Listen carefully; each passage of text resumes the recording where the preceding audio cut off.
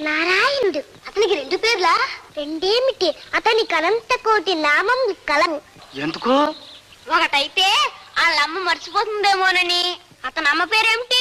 అతనికి అమ్మ లేదు. మరి నాన్న లేడు. మరి ఎలా పుట్టాడు? అతనికి పుట్టికయ్యే లేడు. వాడెవడో విచిత్రమైన వాడే, చూడవలసిందే.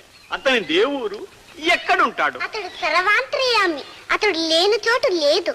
మరి అతను చూసేదెట్లా? భక్తితో ధ్యానించుటే. అదెట్లా? నేను చెప్పినట్లు అనండి.